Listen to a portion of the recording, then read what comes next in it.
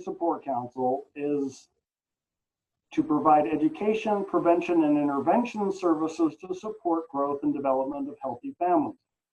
And our family resources are always free of charge to the recipient for the emergency services. Now, the easiest way to understand Family Support Council and all the areas that we touch and we do is really to look at our beginning. And that was way back in 1982.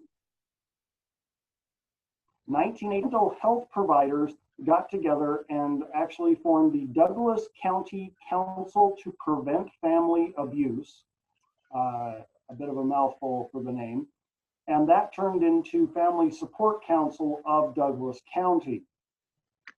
Now, the reason they did that is at the time, if you were a victim of violence, your option was Yerington, which is about an hour's drive from the Carson Valley area.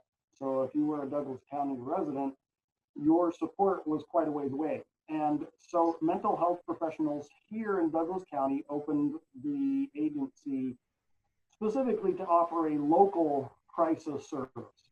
Well, if anyone has ever been involved in families, families never go into crisis 9 to 5, Monday through Friday. They go into crisis at 10 p.m. on a Friday night or 2 a.m. on a Sunday morning. And so in 1983, very shortly after forming, we opened the first 24/7 crisis line in Nevada. The domestic violence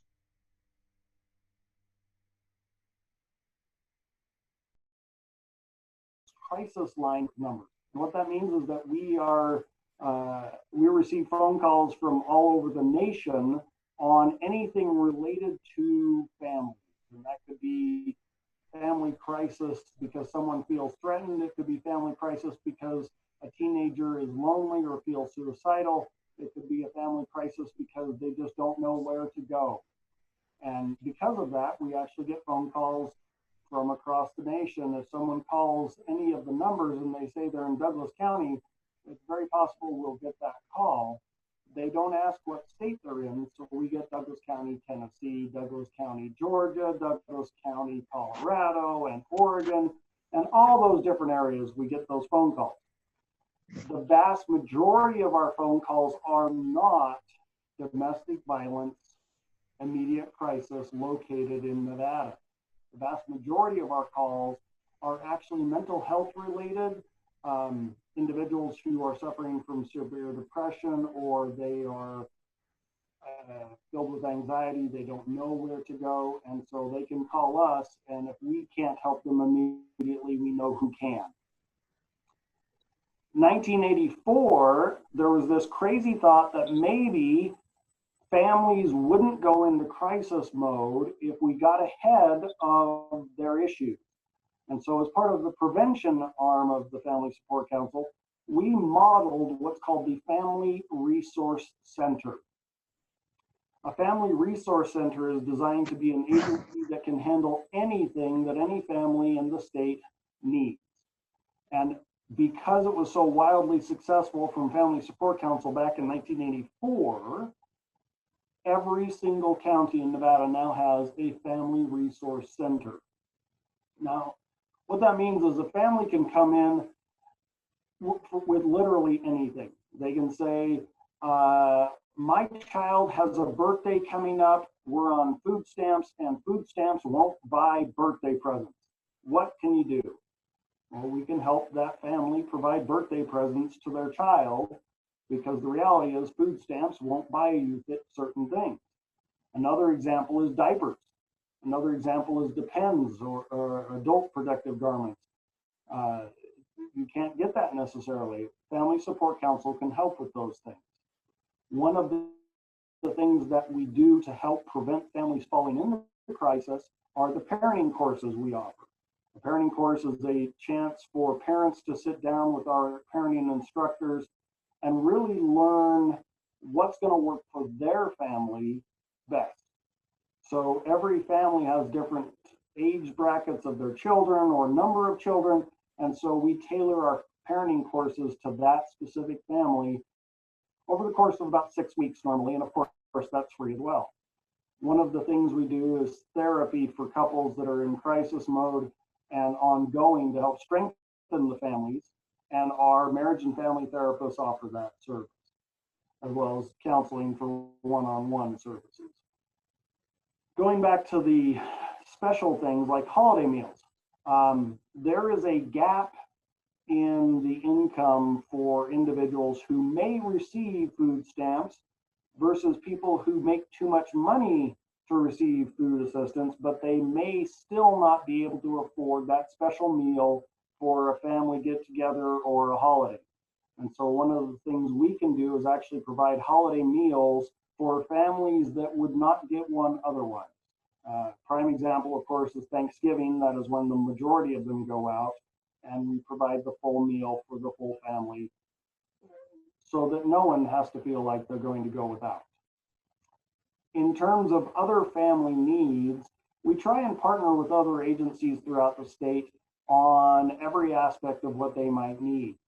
An example of that would be drug and alcohol evaluations. We don't normally offer those at Family Support Council, and so we partner with other agencies that do offer those services.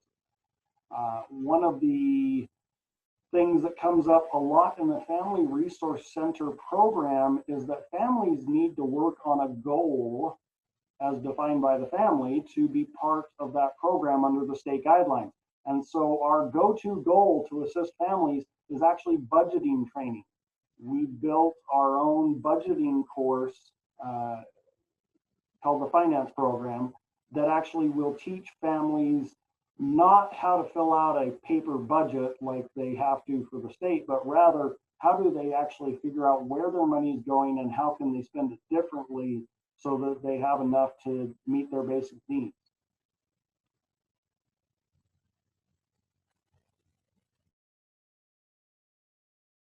Continuing, the PATS place was founded. One of the issues for individuals with domestic violence is that they may not feel like they have a place to go if they feel their perpetrator will find them, or if they feel that they simply don't have resources.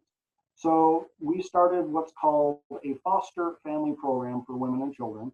And our board members would actually open up their personal homes to victims, and the victim and their children would go and live with board members for up to 90 days, which is excellent, but obviously it would be far better to have the PATS Place program active as a shelter opportunity. We have not had to use it, however, in quite a while. 1992, we were able to build an actual building that we own outright here in Gardnerville, Nevada. And that building has allowed us to have a base of operations throughout the years so that we don't have to worry about can we pay the rent this month because we own it outright. We expanded offering the candlelight vigil to remember victims of domestic violence. We opened up very special teen parenting classes for teens who were about to become a parent, whether a mother or a father, and expanded those services. As part of that, we actually go into lockdown institutions for teenagers who have been deemed troubled, and we provide the parenting classes to those teens while they're still under the custody of the state, preparing them for when they get out and go back to, in many cases, a brand new baby. We added the group therapy program and still offer that. Every Wednesday at 4 p.m., we have a women's support group for any woman who feels like they need to get support of other women who have gone through whether victimization, trauma, sexual assault, any of those items, and we still offer that. Right now, during our time of needing to do things more out of office, we offer that as a call-in video service where people can communicate through their smartphone and participate in that group therapy as well.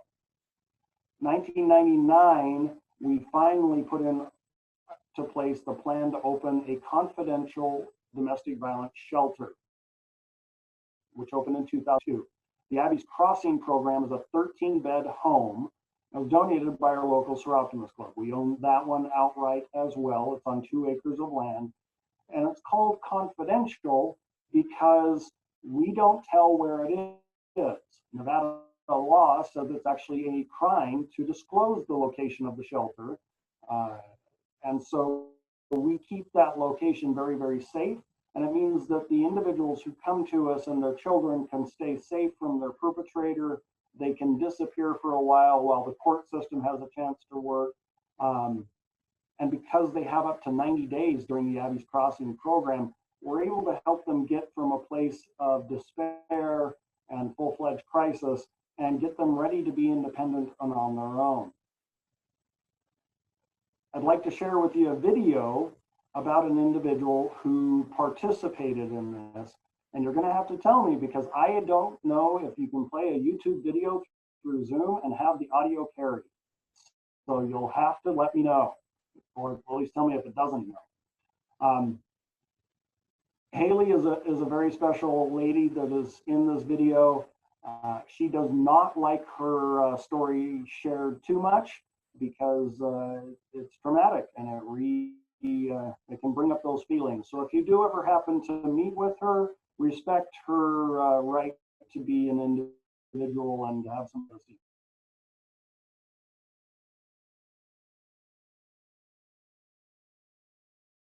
Please.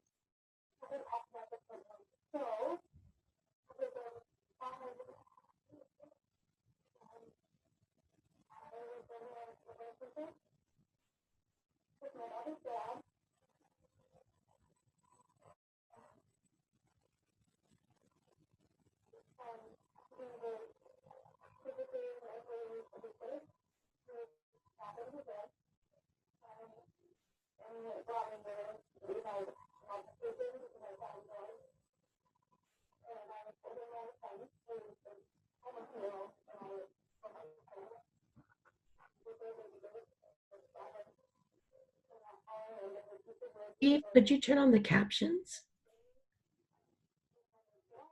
Possibly. Thank you.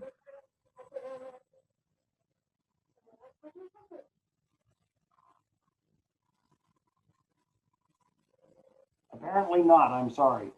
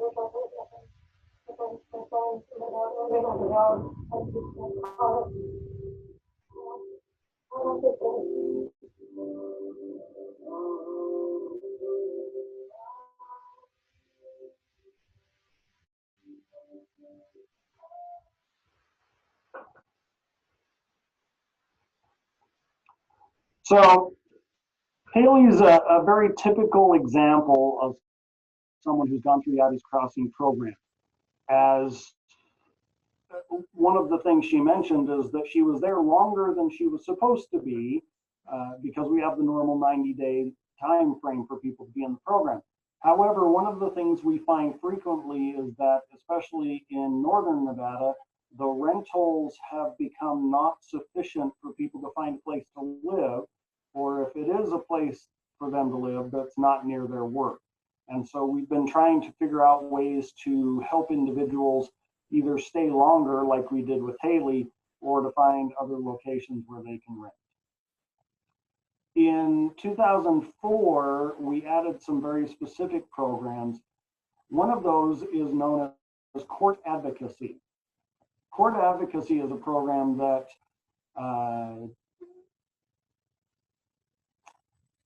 helps people get through a very traumatic time in their life, even when they may not have any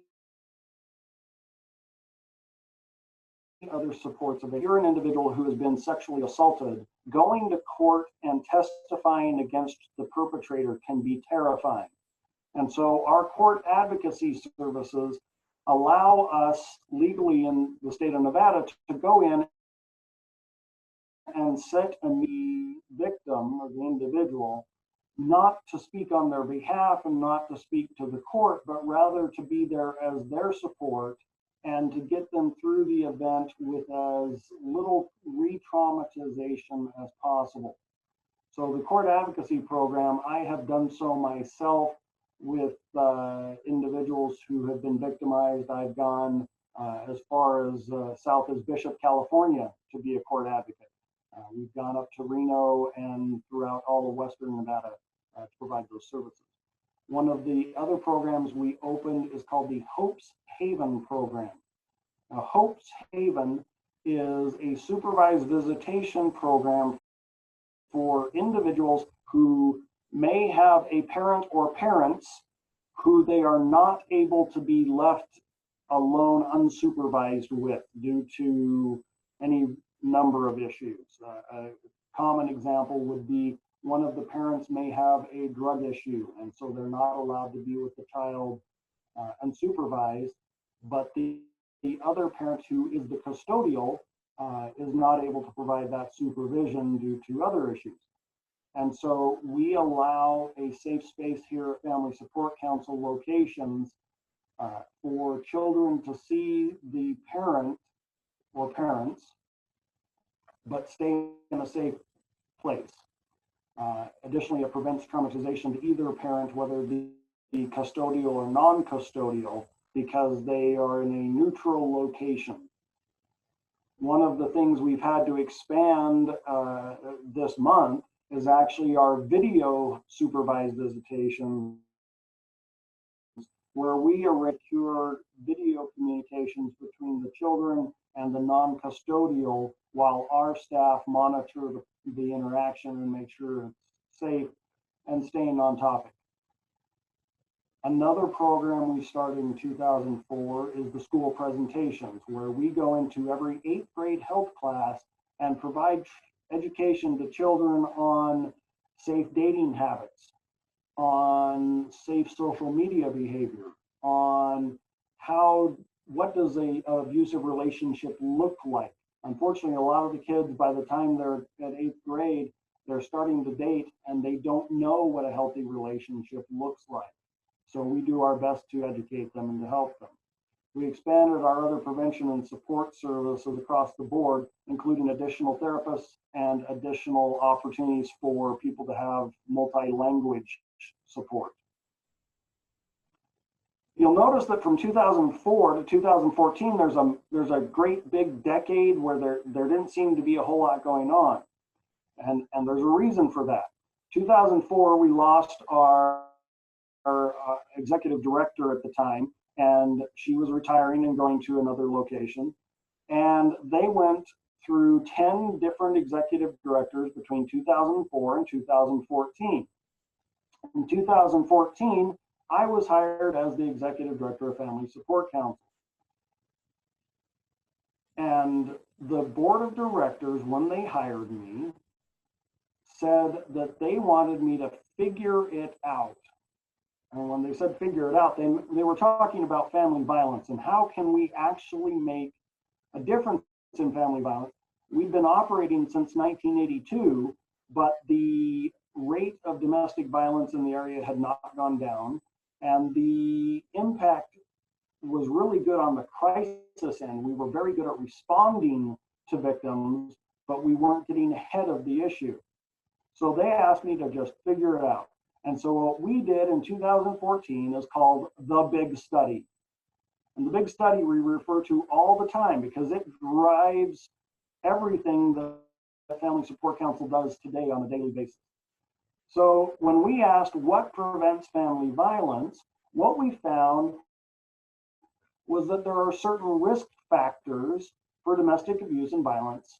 And an example of those on the low end is simply having a new child in the home increases the risk of domestic violence 1.2 times.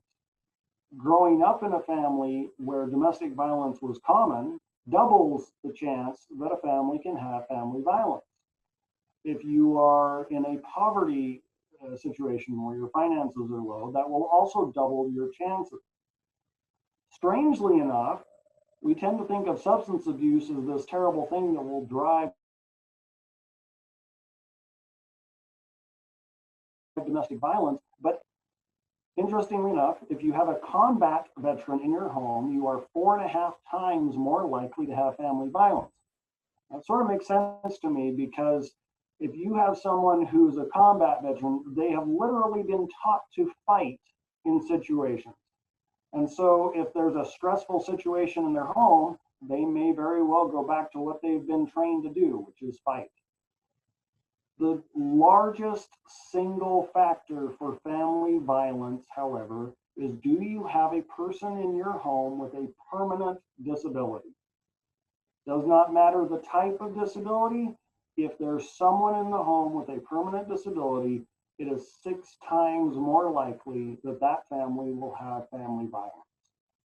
So there's lots of studies on what drives family violence in terms of risk factors. So we know what families we need to think about when we talk about prevention.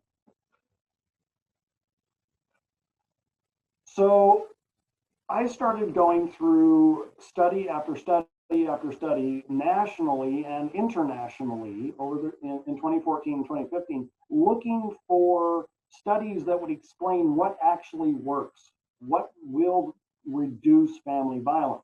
And what I found in study after study after study was that organizations would try something that they believed would make a difference, and it made 0 difference in the rate of domestic violence. An example of that is, will reducing substance abuse rates in families lower the domestic violence? And they couldn't see any correlation. There was no difference. They tried a whole lot of things. And I found one study out of hundreds that showed there is one activity or, state of family being that makes a difference. And that was a study done in Chicago on a 1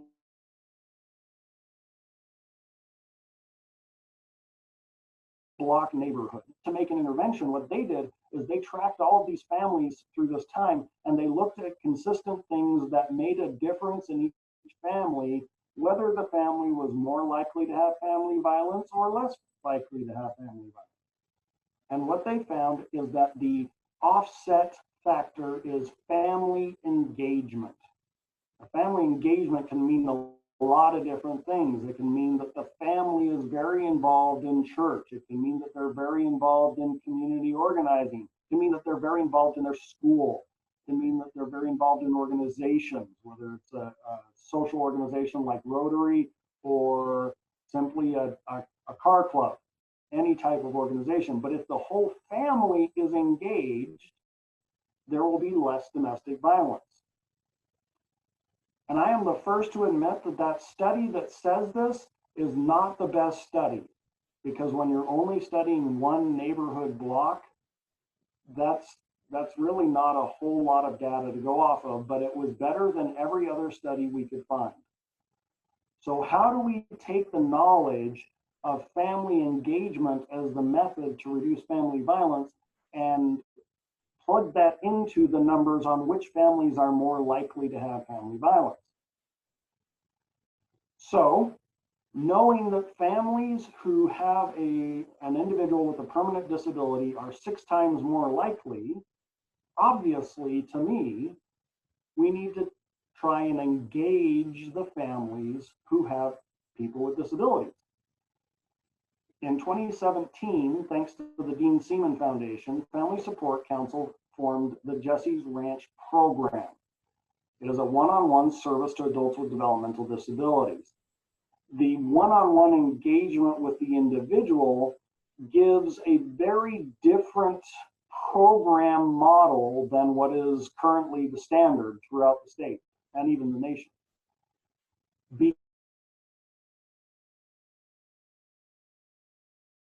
Because we take one-on-one with an individual, they can also look at what does that individual's family life look like?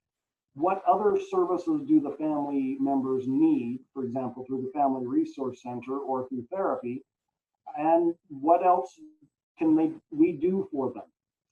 So as part of that program, we offer life skill training or supported living arrangement training, job placement and job support through the Jobs or Day training program, social interaction, which is very important because if you're an individual with a disability isolated to your disability, having the chance to get out and do things in the community is vital.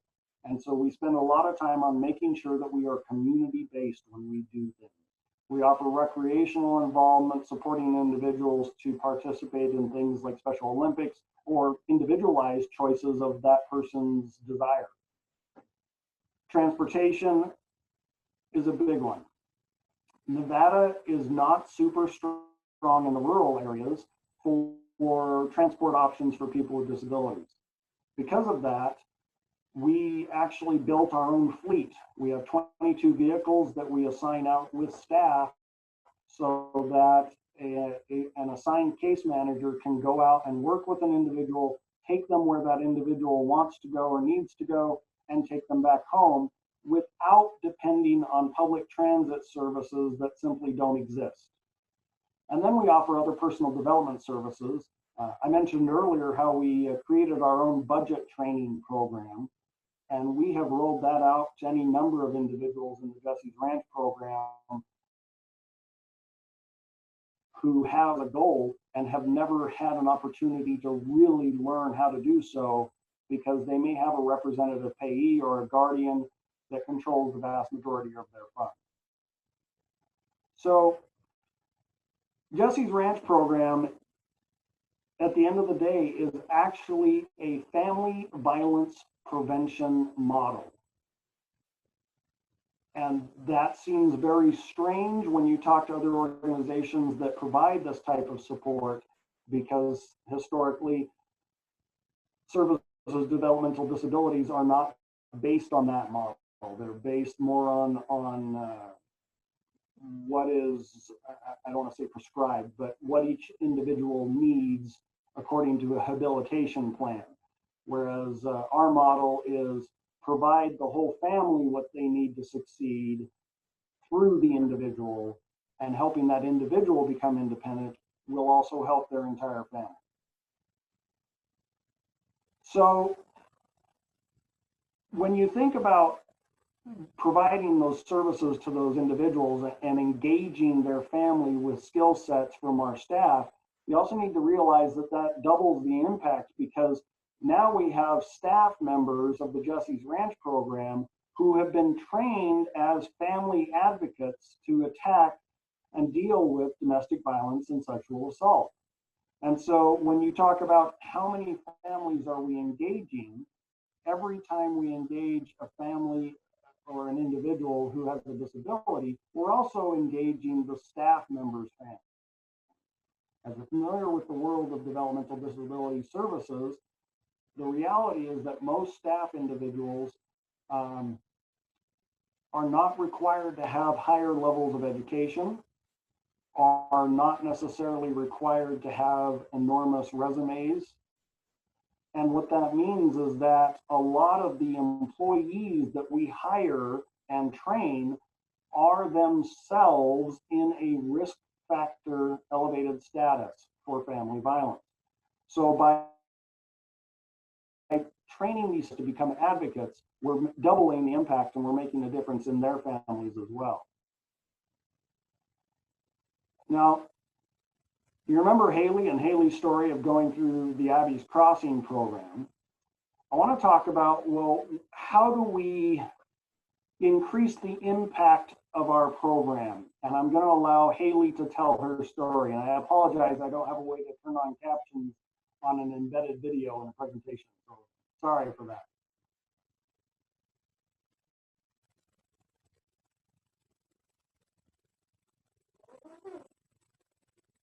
Okay.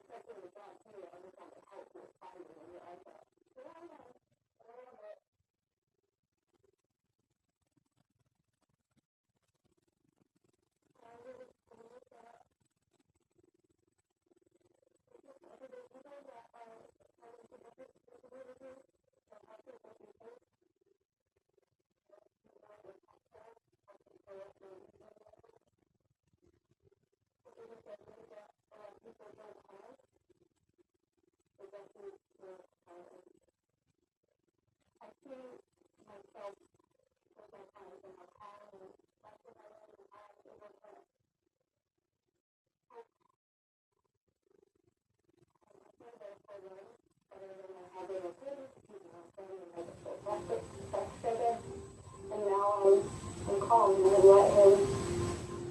I let him be like how my clients are. Definitely simple with the law.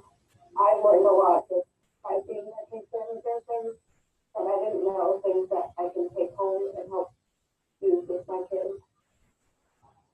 So I've done victimless systems training, about 40 hours. We did caregiving training a year. I became CPR for this time, technical skills, and I even joined the best. I have mom's figures here. I don't have a dad. Seems like a dad for years. 7 years. Oh my God, and I have my clients.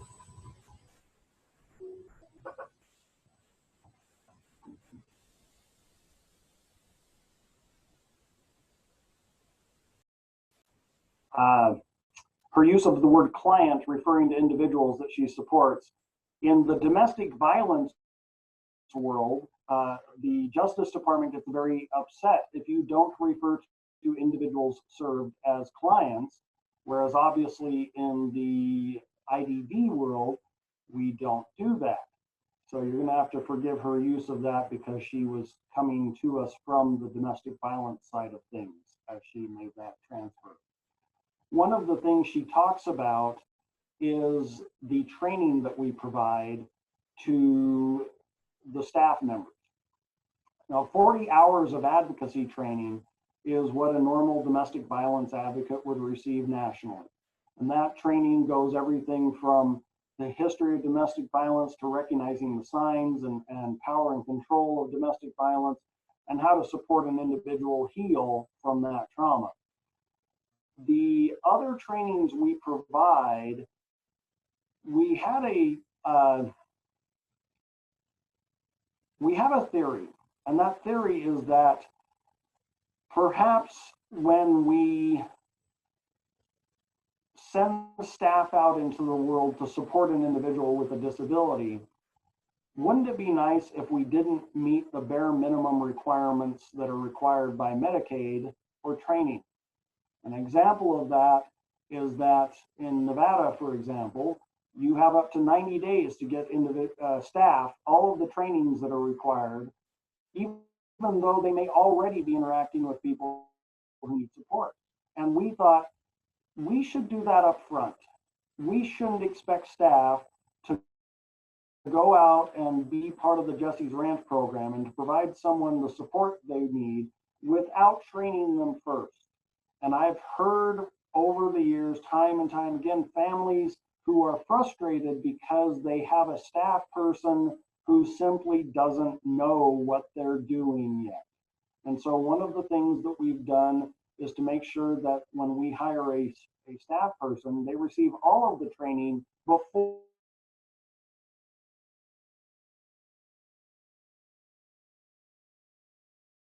they go out into the trainings, so that our staff, in our mind, are highly trained and able to tackle almost anything.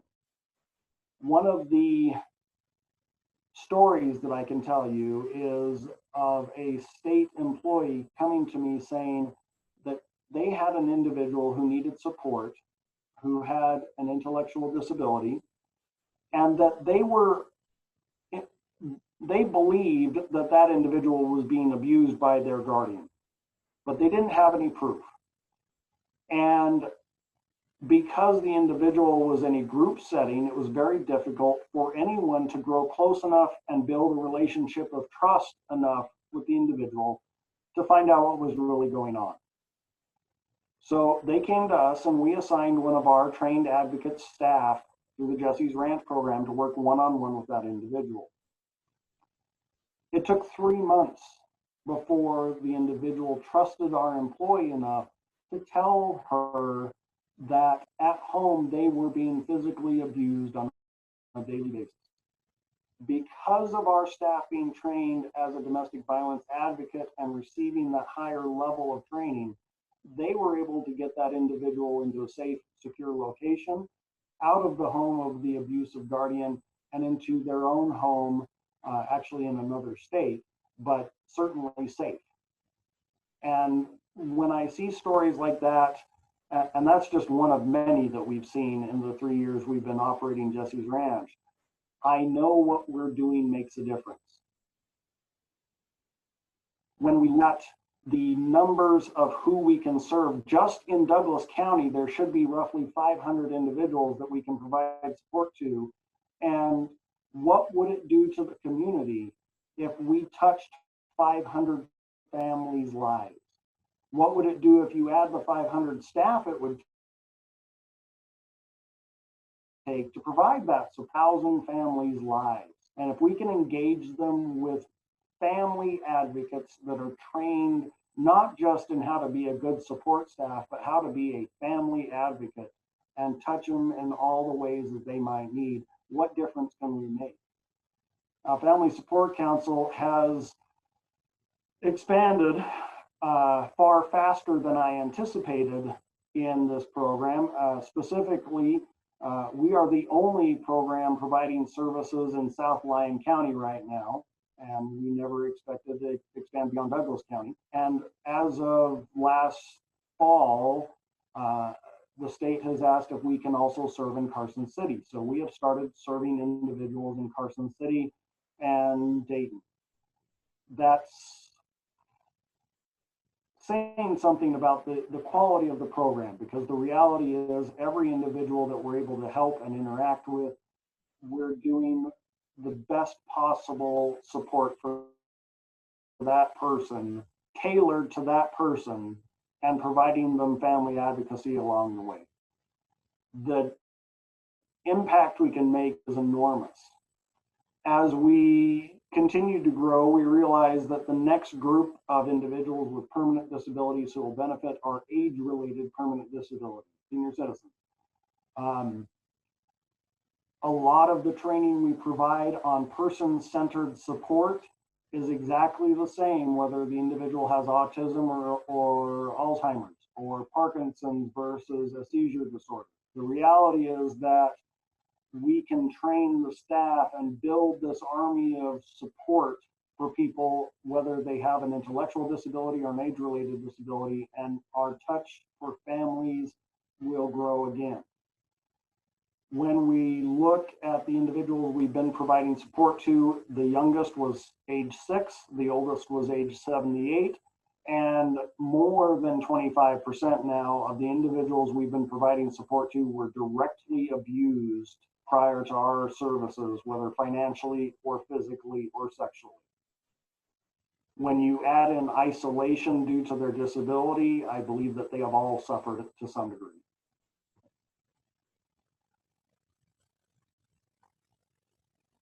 The other things that we've done because of that program has expanded. The therapy in Douglas County, we've actually are 5, the slide says 3. We've offered, we're close to 20% of all the therapy in our area that we're offering. Our fleet of vehicles I mentioned has expanded and continues to expand and allows us to provide vehicles in Carson and Lyon and Douglas. One of the barriers to employment for the people we serve and our employees is caring for young children. And so as part of that, we had a vision of what's called a trauma-informed childcare. What that means is that, let's say a victim of family violence comes forward to us and they have a 3-year-old, and that 3-year-old has witnessed family violence repeatedly. They've been traumatized as well. And so what that means is that when they interact with other children, they may not have the best social skills to be able to be healthy and to learn. So what we do is we take that 3-year-old and we pair them up with a 3-year-old who is what we call a positive social peer. A positive social peer child is one whose parents have gone through the parenting classes, who has a good home environment, and we know is going to be a positive support to the child who's been victimized. By pairing them up, we then take an AmeriCorps service member paid for through the AmeriCorps grant and provide direct support to each pair of children during the preschool program. The idea is that by the time that child has to go to the school district, they already have a friend. They already have someone who knows how they might react in stressful situations and has been taught with them how to handle the stress and anxiety. And so that trauma-informed childcare, I believe, is going to be incredibly powerful. We have opened the program, even though during the current crisis, we've had to shut the doors temporarily. It will be open as soon as possible again. Family Support Council is doing a lot. And one of the things that I'm very proud of my staff and my board and the community is that we don't look at any one facet of any individual. We look at the whole person, we look at their whole family, we look at the whole community, and we try and figure out a different way to tackle problems, because the reality is we can't just respond to crisis anymore. We have to get ahead of it and help people become as independent as possible. Okay.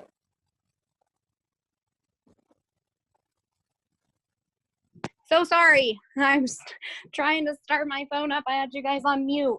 It's all good. I was hoping to see if there's any questions. Yeah. Does anyone have questions for Steve? I'm going to go ahead and unmute you guys.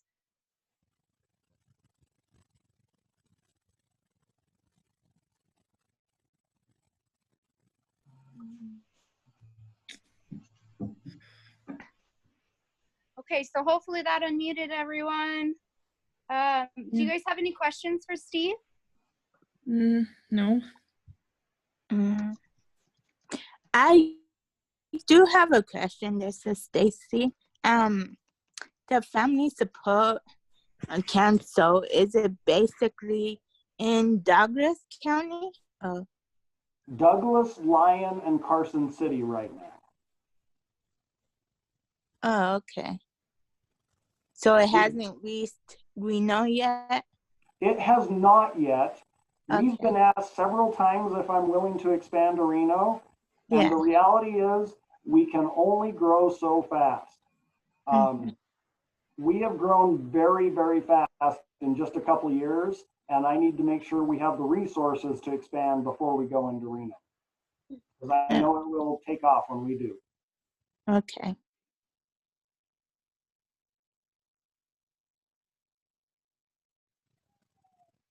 No. Steve, this is Carrie. I know you said that you train your own staff, but would you guys use social workers, child life specialists, anything like that? Absolutely. Absolutely. When I talk about, generally speaking, for example, here's an example. We have a lot of individuals who require the services of a board certified behavioral analysis, a BCBA. Mhm. Well, finding the technicians to hire for that has been somewhat problematic, simply because they don't exist to hire. And so in that case, we've actually had to go through the effort to train staff to become the technicians to work under that BCBA's direction and get the services out there. Mhm. On the other hand, I've had need of a nurse, and we were able to hire a nurse directly in and then provide the advocacy training pieces on top of what they already know. Because the reality is, no matter who comes in, there is no program in the entire nation that provides this concept of family advocate, as well as direct support, as well as whatever else we need them to do. Mhm. Thank you. Awesome. So Steve, we actually have 2 questions in the chat. Oops. And of course I closed my chat there. One is, who are the employees that run the childcare program, and how many children do you typically have in the childcare program? So our childcare program as of today is, I want to say, only 10 children enrolled, because we just started it earlier this year. We're allowed up to 17 children at this time, because we need to add more space if we want more than that. The employees that we've hired to run the Kitts Valley Child Care Program, our director is actually a special education teacher out of Carson City, and the actual staff people, what are called AmeriCorps members. They are community volunteers that came through the AmeriCorps program of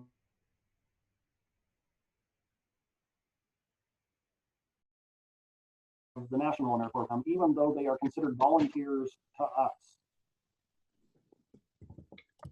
And they go through all the training as well. Wonderful. Wonderful. Any other questions for Steve? I have another question. The statistics of how many people with disabilities get involved,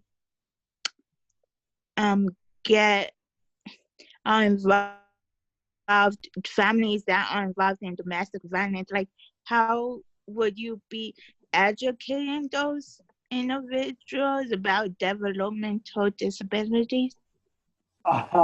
We do that constantly. So in fact, one of the programs we have is that every single month, the staff, the case manager advocate, works with the individual and the individual's family if they are part of a family, or if they're just by themselves, and they go over things like, what are signs of being financially abused, what are signs of being sexually abused or physically abused, and we try and educate constantly so that every family and everyone that we interact with knows what to be aware of and knows what to look for and when to say that they need help.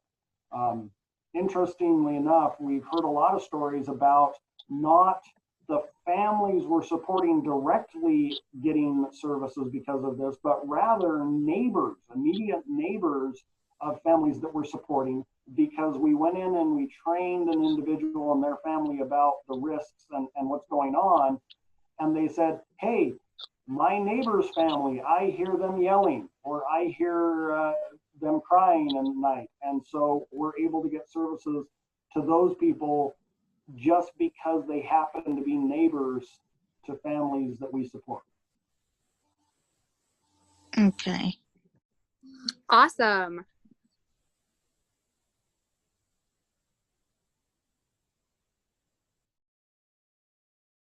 Somebody's microphone's not working very well. If a family has multiple risk factors for abuse, does the number rise? No. Short answer. Those risk factors that I talked about don't actually increase. Those numbers that I talked about, they don't actually change a whole lot. If they have substance abuse and they grew up in a poor home and they're in a poverty level and they have someone with a disability, they're still about 6 times more likely to have family violence, because that's the maximum impact. Those numbers already include the calculations on multiple criteria. Wonderful. Thank you for answering all these, Steve. Any other questions? Feel free to send them to me via chat as well. I did have one other little success story I'd like to share with people.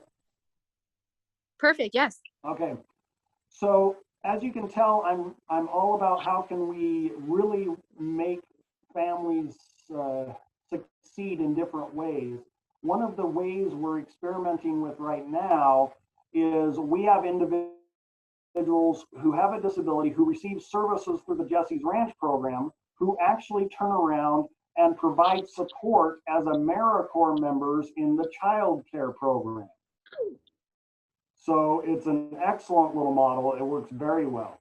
Another one that we're experimenting with is using individuals that are in our jobs and day training program, the JDT program, and how can we use them to provide supported living assistance or SLA support to an individual that needs that.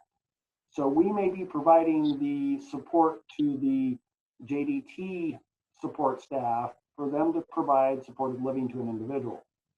The last model that we actually conveniently have in place in this time of crisis is we are the only agency in the state that is completely paperless at this point. We have electronic signatures for days of service. We have electronic signatures for all the required documents for individuals. And we do all of our record keeping and data keeping electronically, which allows us to look at the data very quickly and easily and see where are we making the biggest difference for individuals and where are we seeing successes that they can build off of. That is quite impressive, Steve, especially considering the time frame we're in right now. Mhm. Yeah, it was very convenient. Awesome. Any other questions for Steve? Great. Well, I will also send you guys out Steve's contact if you're comfortable with that, Steve, and they can email you guys directly if they have any further questions. Totally. Wonderful. Thank you for taking your time out of your day, Steve, to come and present to our class. I know that we've had to kind of move things around to make this happen, but it seems it worked well. I have recorded this conversation or this meeting for the few students that were unable to be here today as well. So I'll send you a copy of this too. Excellent. Perfect. Thank you all. Have a great afternoon. Thank you, Catherine. Thank you. Thank you.